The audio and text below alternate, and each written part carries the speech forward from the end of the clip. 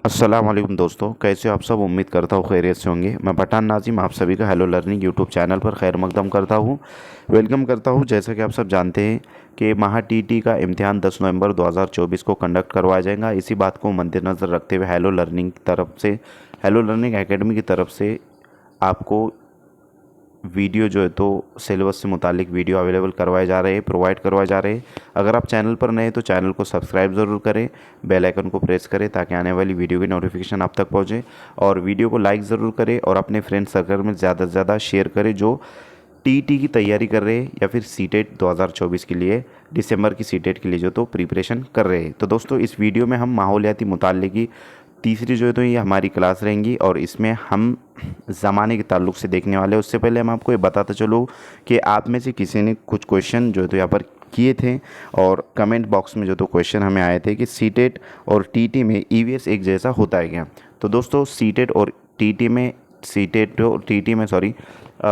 Environmental studies यानी EVS एक जैसा नहीं होता, क्योंकि सीटेट में ईवीएस सेंट्रल लेवल का होता है, एनसीईआरटी बुक्स में से पूछा जाता है, और टीटी में स्टेट लेवल का, जैसे कि आपको माहौलियाती मुताले की ये तीसरी जमात की किताब नज़र आ रही है तो ये स्टेट लेवल पर, यानी कि जो पूना बोर्ड है हमारा, तो उसकी किताबें जेडपी की जो किताबें होती है तो उसमें से ये पूछा जाता है। और दूसरा क्वेश्चन है कि सीटेट की ईवीएस के लिए कौन सी बुक ले, मतलब सीटेट के लिए जो तो ईवीएस सब्जेक्ट के लिए कौन सी बुक रेफ़र करें, इस तरीके से क्वेश्चन था। तो उसका आंसर रहेगा दोस्तों आपका कि सीटेट के ईवीएस के लिए आपको बुक्स लेने की ज़रूरत नहीं है। आपको जो है तो इसी चैनल पर ईवीएस की कंप्लीट क्लास करवाई गई है गुज़िश्ता जो जुलाई का एग्ज़ाम हुआ था उसके लिए। तो वो आप उसमें थियरी मुकम्मल आपको जो है तो करवाए गए, तो वहाँ से जा कर के आप वो क्लास देखिए जिसकी लिंक आपको डिस्क्रिप्शन में दे दी जाएंगी। वहाँ से जा कर के आप क्लिक कीजिए और मुकम्मल क्लास 1 से 1.5 या 1.5 पौने 2 घंटे की जो है तो क्लास है, तो वो आप 1 से 2 मरतबा अगर आप देख लेते हो तो आपका जो है तो तमाम डाउट्स वहाँ पर क्लियर हो जाएंगे ईवीएस से मुतालिक, थियरी से मुतालिक ईवीएस की। और नेक्स्ट है क्वेश्चन जो तो था नेक्स्ट क्वेश्चन कि लैंग्वेज फर्स्ट उर्दू और लैंग्वेज सेकंड इंग्लिश लिए तो बाकी सब्जेक्ट कौन सी लैंग्वेज में होंगे, ये सवाल था। अगर लैंग्वेज फर्स्ट आपने उर्दू लिया है और सेकंड आपने इंग्लिश लिया है तो सब्जेक्ट में जो तो यही लैंग्वेज रहेंगी, इंग्लिश और उर्दू। लेकिन जो बकिया के जो सब्जेक्ट है वो हिंदी और इंग्लिश में बाइलिंगुअल लैंग्वेज में रहेंगे। तो मैटर करता है यहाँ पर कि आपने लैंग्वेज फर्स्ट उर्दू या लैंग्वेज सेकंड इंग्लिश लिया है या फिर लैंग्वेज सेकंड उर्दू या लैंग्वेज फर्स्ट इंग्लिश लिया है। तो उसमें भी जो है तो बहुत सारे तलबा कंफ्यूज हो जाते हैं। तो दोस्तों अगर आपने सीटेट भरा है और सीटेट में आपने लैंग्वेज फर्स्ट उर्दू लिया है तो आपको क्वेश्चन करना होते 51 से 120 तक के जो सीरियल हैं क्वेश्चन की वो करना होते। और लैंग्वेज सेकंड आपने हिंदी या इंग्लिश लिया है तो 121 से 150 तक आपको क्वेश्चन करना होते हैं। तो इस बात को आप ज़हन नशीन रख के, बहुत सारे जो कैंडिडेट हैं जो तलबा हैं वो ये गलत करके जो तो आ जाते हैं, उनको समझ नहीं आता क्योंकि 2 बुकलेट दिए जाते हैं वहाँ पर, यानी कि 2 पेपर दिए जाते हैं क्वेश्चन पेपर। एक जो तो आपका लैंग्वेज का होता है और दूसरा जो तो मेन बुकलेट होता है, मेन पेपर होता है। तो उसके ताल्लुक से भी डिटेल इन्फॉर्मेशन इंशाल्लाह आपको प्रोवाइड की जाएंगी चैनल के ज़रिए। तो फ्रेंड्स और नेक्स्ट एक क्वेश्चन था कि सीडीपी या ईवीएस या उर्दू मैथ्स जितने भी जो टॉपिक है जो महा टीटी से रिलेटेड है, तो क्योंकि इसकी कोई बुक और पर्टिकुलर बुक जो है तो अवेलेबल नहीं है मार्केट के अंदर, हमको यहाँ पर पूरे क्या कहेंगे उसको सिलेबस का निचोड़ आपके सामने यहाँ पर रखा जा रहा है। दोस्तों आपको जो है तो सिलेबस की बुक ही पढ़ना है। जैसे कि यहाँ पर जो है तो तीसरी जमात की बुक नज़र आ रही है, तो आपको सिलेबस की बुक अगर आपके पास अवेलेबल नहीं है या फिर आप नहीं ले सकते तो डिस्क्रिप्शन बॉक्स में जो है तो उसकी लिंक दी गई और वीडियो भी दिया गया है किस तरीके से जो है तो सिलेबस की बुक्स आप डाउनलोड कर सकते हो। तो पहली जमात से लेकर 12वीं जमात तक की आप बुक जो है तो डाउनलोड कर सकते हो। जैसे कि आपको यहाँ पर माहौलियाती मुताले की बुक नज़र आ रही है तो उसी तरीके से आप दूसरे पहली से लेकर तो 12वीं तक की जितनी भी किताबें वो आप कोई भी किताब डाउनलोड करके पढ़ सकते हो। तो कम से कम एक एक मरतबा जो है तो आप उसको पढ़िए, और इंशाल्लाह हम चैनल पर आपको तमाम सिलेबस कवर करने की पूरी पूरी कोशिश करेंगे। और एक क्वेश्चन ये था कि प्रीवियस ईयर क्वेश्चन भी करवाइए सर, प्रीवियस ईयर जो तो MCQ टाइप के क्वेश्चन करवाइए। तो इंशाल्लाह वो भी हम ज़रूर करेंगे। धीरे धीरे जो है तो हम पूरी जो चीज़ें हैं वो इंशाल्लाह कंप्लीट करने की कोशिश करेंगे। तो चलते हैं हम टॉपिक की तरफ।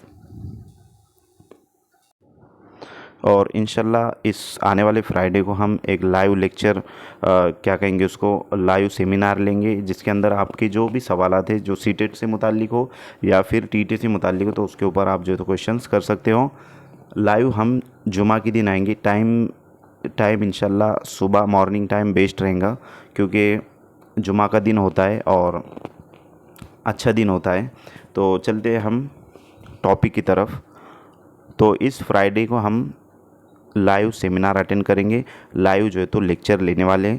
तो आप सुबह जो है तो उसका टाइम आपको चैनल पर बतला दिया जाएगा कि कौन सी टाइमिंग में आपको जो है तो मतलब हाजिर रहना है वगैरह। चलते हैं हम टॉपिक की तरफ। फ्रेंड्स, गुज़िश्ता हमने सिमतों के ताल्लुक़ से देखा था, मशरिक़ मगरिब शुमाल जुनूब के ताल्लुक़ से, और इसमें हम ज़माने की पहचान से मुताल्लिक़ इल्म हासिल करेंगे, मालूमात हासिल करेंगे कि ज़माने तीन होते हैं, ज़माने के तीन हिस्से हैं। जो गुज़र गया वो माजी, जो जारी है वो हाल, और जो आने वाला है वो मुस्तकबिल। आज पीर है लफ्ज़ आज ज़माने हाल बताता है, कल मेरी सालगिरह है लफ्ज़ कल ये मुस्तकबिल का पता चलता है। कल गुज़िश्ता रोज़ दादी ने मुझे एक कहानी सुनाई थी। इस जुमले में लफ्ज़ कल माजी के लिए आया है। ज़माने को समझने के लिए कैलेंडर और स्कूल टाइम टेबल वगैरह का इस्तेमाल किया जाता है। नेक्स्ट है यहाँ पर, बताओ तो भला कि कैलेंडर का इस्तेमाल हम किन कामों के लिए करते हैं। कैलेंडर का सफ़ा तुम कब तब्दील करते हो, और कैलेंडर के हिंसे क्या बताते हैं। यहाँ पर जो है तो क्या तुम्हें मालूम है कि मूर्ति, सिक्के और मिट्टी के बर्तन के टुकड़े, तारीख़ पढ़ते वक्त ज़माने को समझना बहुत ज़रूरी है। किसी जगह इमारत की बुनियाद के लिए खुदाई करते वक्त पुराने सिक्के, मूर्तियाँ और मिट्टी के बर्तनों के टुकड़े वगैरह चीज़ें मिलती है। ये चीज़ें किस ज़माने की है इसका मुताला किया जाता है। मुताले से पता चलता है कि वो चीज़ें किस ज़माने की है। आओ दिमाग पर ज़ोर दें। आज का अखबार कल पुराना हो जाता है, लेकिन कोई बात याद ना आए तो हम पुराना अखबार निकाल कर जो मालूमात हमें चाहिए हासिल करते हैं। इससे साबित हुआ कि आज का अखबार कल तारीख बताने का एक अहम ज़रिया बन जाएगा। नेक्स्ट है, ज़माने का हिसाब लगाने के लिए किन ज़राए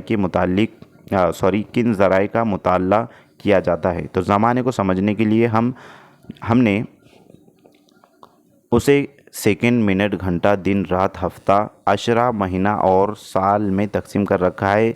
इस तरह हम वक्त का हिसाब रख सकते हैं। आप घड़ी और कैलेंडर वक्त को नापने के पैमाने हैं।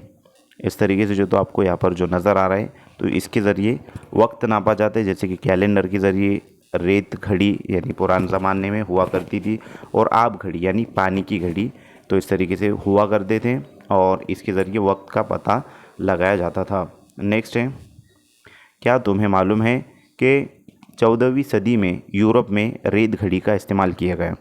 ये पॉइंट जो है तो इम्पोर्टेंट रहेगा। 14वीं सदी में जो है तो यूरोप के अंदर रेत घड़ी का इस्तेमाल किया गया था, और उसके बाद इसमें एक लकड़ी के चौकोर में शीशे के 2 प्याले एक दूसरे से जुड़े हुए थे। रेत एक प्याले से दूसरे प्याले में जा सके ऐसे सुराख होते थे। एक प्याले में बारीक सूखी रेत, जैसे कि आपको यहाँ पर ऊपर नज़र आ रहा है रेत घड़ी, तो एक प्याले में बारीक सूखी रेत बालू डालकर इस प्याले के सुराख से पूरी रेत 1 घंटे में दूसरे प्याले में गिर जाए, इसका इंतज़ाम किया जाता था। पूरी रेत नीचे से प्याले में गिरते ही उसे फ़ौरन उलट कर रख दिया जाता था। इस तरह 1 घंटा गिना जाता था। ऐसी रेत घड़ियाँ भारत में भी इस्तेमाल की जाती थी। यानी कि हमारे मुल्क में भी जो है तो इस तरीके की जो घड़ियाँ होती थी वो इस्तेमाल की जाती थी राजा महाराजाओं के दौर में। नेक्स्ट हम देखते हैं कि यहाँ पर आओ करके देखें। तो यहाँ पर दिया हुआ है कि माजी और मुस्तकबिल की अपनी तस्वीरें नीचे दिए हुए चौकोर में चिपकाओ और 20 साल बाद आप कैसे नज़र आओगे ये तस्वीर करके तस्वीर बनाओ। तो मैं बचपन में ऐसा था, अब ऐसा हो, 20 साल बाद मैं ऐसा हो जाऊंगा, ख़याली तस्वीर बनाना है। इस तरीके से यहाँ पर दिया गया है। उसके बाद है कि हम ज़माने को अलग अलग तरीके से क्यों तकसीम करते हैं। अपने कामों की सहूलत के लिए हम अलग अलग तरीक़ों से ज़माने की तकसीम करते हैं। मसलन अभी, थोड़ी देर पहले, थोड़ी देर बाद या आज, कल, परसों जैसे अल्फाज का इस्तेमाल करते वक्त हम दिल ही दिल में ज़माने के हिसाब लगाते हैं। नेक्स्ट है हमने क्या सीखा। तो यहाँ पर जो तो हमने क्या सीखा ये हम देख लेंगे। सबसे पहले तो अपने कामों की सहूलत के लिए हम ज़माने को तकसीम करते हैं। अभी, थोड़ी देर पहले, थोड़ी देर बाद जैसे अल्फाज का इस्तेमाल करके ज़माने के हिसाब लगाते हैं। ज़माने को समझने के लिए घड़ी, कैलेंडर, स्कूल टाइम टेबल वगैरह ज़राए का इस्तेमाल किया जाता है। ज़माने की तकसीम के वक्त हम सेकंड, मिनट, घंटे, दिन, रात, हफ्ता, अशरा, महीना, साल जैसे हिस्से इस्तेमाल करते हैं। पुरानी चीज़ें या इमारतें, सिक्के, मिट्टी के बर्तन के टुकड़े या अतराफ़ में पाई जाने वाली तारीख़ी चीज़ों के ज़रिए ज़माने का पता चलता है। गांव माहौल की तारीख़ समझने में उससे मदद मिलती है। तो दोस्तों यहाँ पर ज़माने के ताल्लुक़ से हमने इंफॉर्मेशन हासिल की है। नेक्स्ट हम देखेंगे हमारे गांव की पहचान। तो हमारे गांव की पहचान के ताल्लुक़ से यहाँ पर मुअम्मा दिया हुआ है और किस तरीके से जो तो गांव की पहचान है ये हम देखेंगे। तो गांव कैसे बनता है। पुराने ज़माने में खेती की दरियाफ्त से पहले इंसान खाना बदोश की ज़िंदगी गुजारता था। इस ज़माने में वो ज़िंदगी गुजारने के लिए शिकार और ज़मीन से हासिल होने वाली नबातात पर मुनहसर था। फिर खेती की दरियाफ्त हुई, ज़मीन और पानी की मदद से वो गुज़र बसर करने लगा। बाद में इंसान घर बनाकर एक जगह रहने लगा, एक दूसरे की मदद से खेती करने लगे। उनके घर एक दूसरे के करीब हुआ करते थे। इस तरह बस्तियां वजूद में आई और उनमें इजाफ़ा हुआ। कई बस्तियों से मिलकर गांव बने। इससे लोगों में तहफ़्फ़ुज़ का एहसास पैदा हुआ। खेती की दरियाफ्त के बाद इंसान के कामों में इजाफ़ा हो गया। सारे काम एक आदमी नहीं कर सकता था, इसलिए लोगों में काम बांट दिए गए। मसलन लकड़ी का सामान तैयार करना, उन्हें दुरुस्त करना, कपड़े बुनना, जेवर बनाना, मिट्टी के बर्तन तैयार करना, इस किस्म के काम करने वाले कई कारीगर वजूद में आए। खेती के लिए किन औज़ारों की ज़रूरत पेश आती है। खेती के नए और पुराने औज़ारों के बारे में मालूमात हासिल करो और ज़राती अशिया की नुमाइश की सैर को जाओ। तो इस तरीके से इंफॉर्मेशन यहाँ पर दी हुई है। तुम्हारे गांव में कौन सी तारीख़ी चीज़ें और इमारतें हैं। गांव में गारे, मस्जिद, मंदिर, चर्च, यादगार, किला, अजायब खाना वगैरह होते हैं। इन चीज़ों से गांव पहचान जाता है। तारीख़ी यादगारों से गांव की अहमियत का अंदाज़ा होता है। उससे गांव की तारीख़ को समझने में मदद मिलती है। यादगारें हमारी कीमती विरसा है। इस विरसे की हिफाजत करना हमारी ज़िम्मेदारी है। गांव में होने वाला उर्स या यात्रा, मजहबी मकाम या किले की वजह से गांव को शोहरत हासिल होती है। मसलन रायगढ़ के किले के सबब ज़िला रायगढ़ पहचाना जाता है। जैसे कि आपको ज़िला रायगढ़ में जो रायगढ़ का किला है उसकी तस्वीर आपको यहाँ पर नज़र आ रही है। नेक्स्ट हम देखेंगे यहाँ पर आओ ये करके देखें। जैसे कि तुम्हारे गांव का नाम किस तरह वजूद में आया। अपने वालिदैन या उस्ताद से मालूमात हासिल कीजिए। ऐसे गांव के नाम तलाश करो जिनमें शख्स, फल फूल, दरख्त, जानदार परिंदे, पानी के नाम शामिल हो और उन्हें लिखो। गांव के नामों की तरह रास्तों, चौक और बाज़ारों के भी नाम हुआ करते हैं। मालूम करो कि ये नाम किस तरह रखे गए। मसलन नागपुर। तो दोस्तों यहाँ पर क्या तुम्हें मालूम है तो ये जो क्या तुम्हें मालूम है, ये इम्पोर्टेंट टॉपिक है हमारे लिए भी, क्योंकि हमको भी ये मालूम होना चाहिए कम से कम टीटी के एग्ज़ाम तक, ताकि हम उसमें राइट आंसर टिक करके आए। छत्रपति शिवाजी महाराज शहर सूरत से वापसी पर ज़िला नासिक में वाक़ तलेगांव दिंडोरी के करीब ठहरे। वहाँ उन्होंने अपनी फ़ौज को पड़ाव डालने का हुक्म दिया। मराठी में पड़ाव को तल कहा जाता है। मराठी में पड़ाव को तल कहा जाता है। इम्पॉर्टेंट पॉइंट है, इसीलिए उसका नाम तलेगांव पड़ गया। ज़िला अहमदनगर में धामन गांव पाट के आसपास किसी ज़माने में धामन नामी दरख्त कसरत से पाए जाते थे, इसीलिए उस गांव का नाम धामन गांव पड़ गया। ज़िला जालना में वाक़ परतूर तालुके में आष्टी धोतर जोड़े नामी एक गांव है। किसी ज़माने में वहाँ उम्दा किस्म की धोतियाँ बनाई जाती थी, इसीलिए उस गांव को ये ख़ास नाम दिया गया। तो दोस्तों यहाँ पर जो है तो 3 से 4 नाम का जिक्र हुआ है, जैसे कि नासिक, अहमदनगर और जालना ज़िला। तो जालना ज़िले में जो परतूर तालुका है उसमें आष्टी धोतर जोड़े गांव नामी गांव है, जहाँ पर जो तो पुराने ज़माने में धोतियाँ बनाई जाती थी। और अहमदनगर में जो धामन गांव है तो वहाँ पर जो है तो धामन के जो पेड़ है, धामन नामी दरख्त पाए जाते थे, तो इस वास्ते उस गांव का नाम पड़ा। तो इस तरीके से बेशुमार गांव है जिनके नाम ऐसे पड़े हुए हैं। तो ये हमारे लिए इम्पोर्टेंट रहेगा, इसको आप ज़हन नशीन रखें। नेक्स्ट है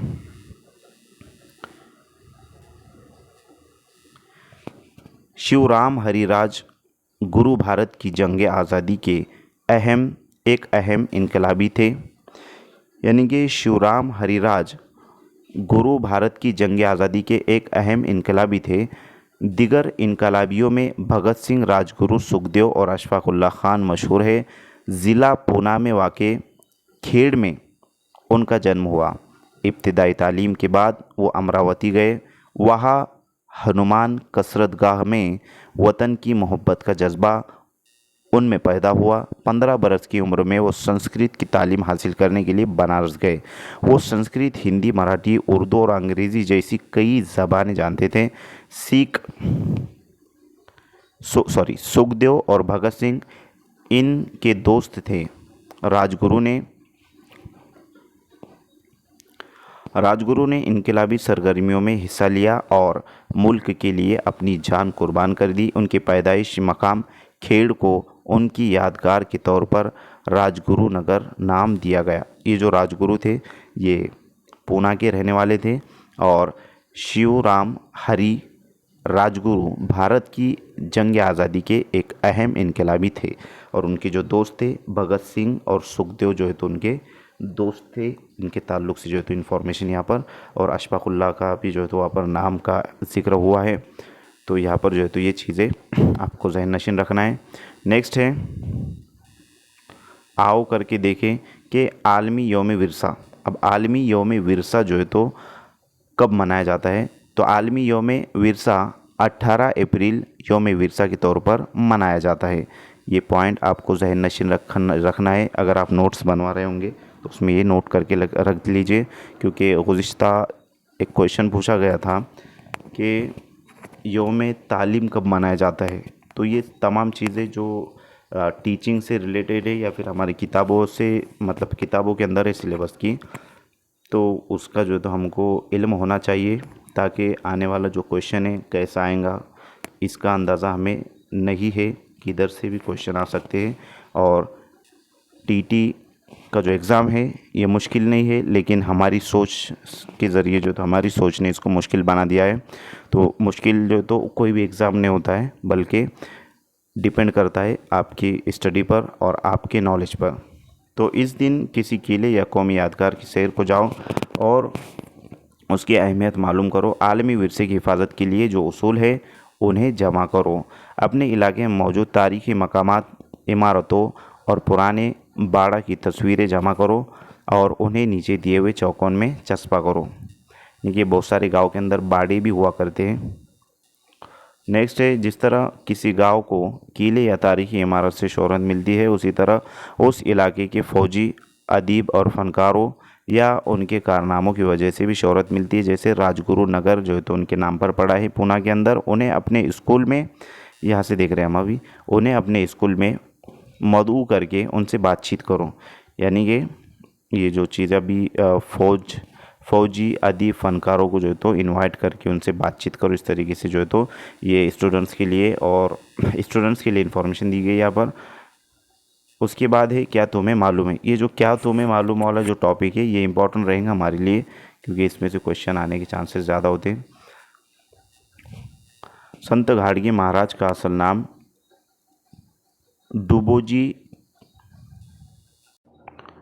डुबोजी झिंगराजी जानूरकर है। अजीब व गरीब नाम जो है तो यहाँ पर है, लेकिन ये पढ़ने में जो तो दुश्वारी होती है, हमें उर्दू में लिखा हुआ है। नेक्स्ट है, इनका ख़ास गांव ज़िला अमरावती में तालुका दरियापुर काशिनगांव शेनगांव है। संत गाडगे बाबा ने कीर्तन के ज़रिए लोगों में बेदारी पैदा की। कीर्तन के दौरान वो लोगों से सवाल करते और ख़ुद ही जवाब देते। हम लोग गरीब क्यों है? क्योंकि हमने तालीम हासिल नहीं की। फिर वो लोगों को तालीम हासिल करने की तरगीब देते।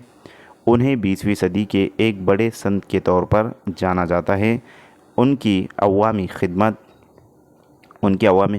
की वजह से उनके गांव का नाम अमर हो गया। नेक्स्ट जो है तो यहाँ पर कुछ चीज़ें आपको बतलाई गई है। आमदोरफ्त के ज़राए और हफ्तावारी बाज़ार। नेक्स्ट है, आओ ये करके देखें। तो ये जो चीज़ें हैं जैसे कि यहाँ पर बतलाई गई है, तो ये बाज़ार वगैरह के ताल्लुक़ से स्टूडेंट्स के लिए रहेगा। और उसके बाद है क्या तुम्हें मालूम है। तो हमारे लिए जो ये वाले जो टॉपिक रहेंगे, ये तमाम टॉपिक्स जो है तो इम्पोर्टेंट रहेंगे। नेक्स्ट है कि गधों का बाज़ार, गधों का भी जो है तो बाज़ार हुआ करता है। और जेजूरी में जो तो ये बाज़ार होता है। जेजूरी के एक किला भी है वहाँ पर, वो भी हम देखने वाले हैं। कि महाराष्ट्र के अक्सर मकामी देवताओं की यात्रा में मुख्तलिफ ज़ात और फ़िरके के लोग अक़ीदत के साथ शरीक होते हैं। वहाँ रोज़मर्रा ज़िंदगी के लिए ज़रूरी लेन देन भी होता है। इसी रोज़मर्रा ज़रूरियात का एक हिस्सा मुख्तलिफ बाज़ार है जो ऐसे मौके पर लगते हैं। मसलन ज़िला पूना के जेजूरी और ज़िला अहमदनगर के मढ़ी, ये दो ज़ियारत के मकाम गधों के बाज़ार के लिए मशहूर हैं। इसी तरह ज़िला नांदेड़ के मकाम मालेगांव में घोड़ों और गधों का बाज़ार लगता है। इन ही उमूर से गांव की शनाख्त बनती है। तो दोस्तों, ज़िला अहमदनगर का ज़िक्र यहाँ पर हुआ है और मढ़ी का भी जो है तो यहाँ पर ज़िक्र हुआ है। मढ़ी, तो ज़िला अहमदनगर में मढ़ी ये एक गाँव है। शायद वो नेवासा तालुके में है, शायद दूसरे तालुके में वो हो सकता है, लेकिन नेवासा तालुके में एक मढ़ी गाँव है तो वो वहाँ पर हो सकता है। जो कि औरंगाबाद अहमदनगर जो हाईवे है, तो जैसे ही औरंगाबाद की बाउंड्री गोदावरी नदी पर ख़त्म होती है और अहमदनगर की बाउंड्री जो तो वहाँ से स्टार्ट होती है, तो जो उसके 10 या 12 किलोमीटर के फासले पर ये गांव है। नेक्स्ट है कि हमने क्या सीखा, वो हम देखेंगे। तो यहाँ पर ये 2 पॉइंट जो है तो देख लेते कि हमने क्या सीखा। तो यहाँ पर एक कई बस्तियों से मिलकर गांव बनता है। ये अहम पॉइंट जो है तो नुकात दिए हुए हैं कि खेती की दरियाफ्त के बाद इंसानों के कामों में इजाफा हुआ। तारीख़ी इमारतों की वजह से गांव को शनाख्त हासिल होती है। गांव के लोग और उनके कारनामों की वजह से उस गांव को शोहरत हासिल होती है। बाज़ार में ज़रूरत की चीज़ें मिल जाती है। तो ये तमाम चीज़ें हमने इसमें देखी है गांव के ताल्लुक़ से, कि किस तरीके से उनके नाम वगैरह पुराने जो है तो किले वगैरह के ऊपर पड़े हैं और क्या क्या जो है तो गांव के अंदर फेमस है। तो ये तमाम चीज़ इसमें दी हुई है। नेक्स्ट हम देखते हैं, जैसे कि आपको यहाँ पर एक शहर की तस्वीर नज़र आ रही है और उसी के जो है तो गांव और शहर की तस्वीरें, यानी एक साइड में शहर और नदी की जो है तो इस पार गांव है।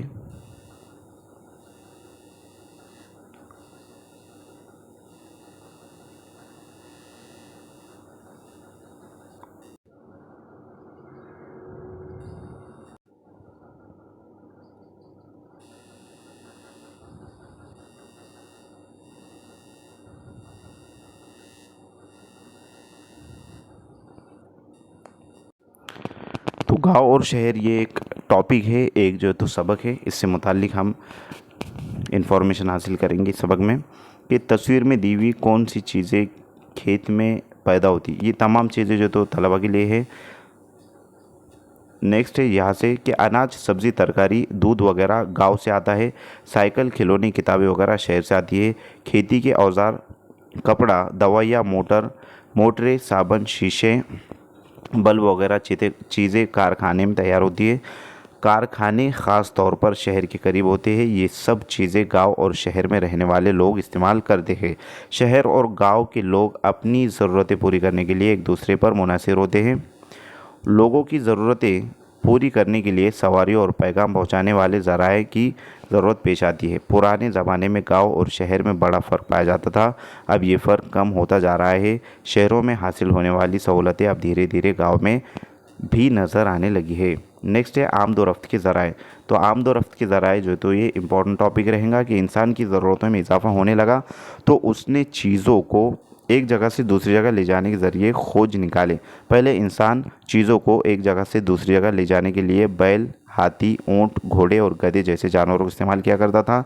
इसी के बाद बैलगाड़ी, घोड़ा गाड़ी जैसे ज़रा इस्तेमाल होने लगे।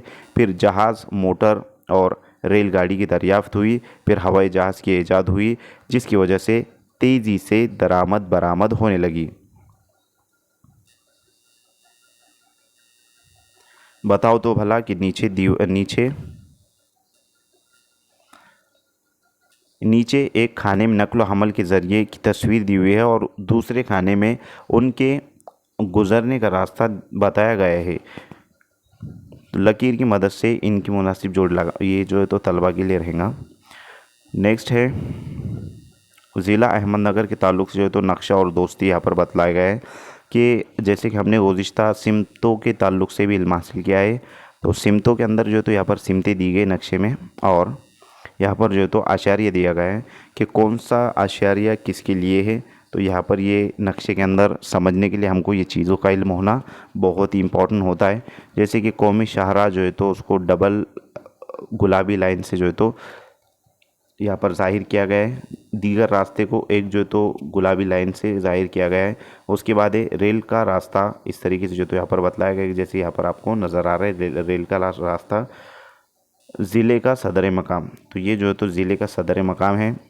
तालुके का सदर मकाम दिया हुआ है, तो इस तरीके से जो तो तालुके का भी यहाँ पर सदर मकाम है। तो ये तमाम आशारिया इसमें जो दिया जाता है वो नक्शे के अंदर होता है।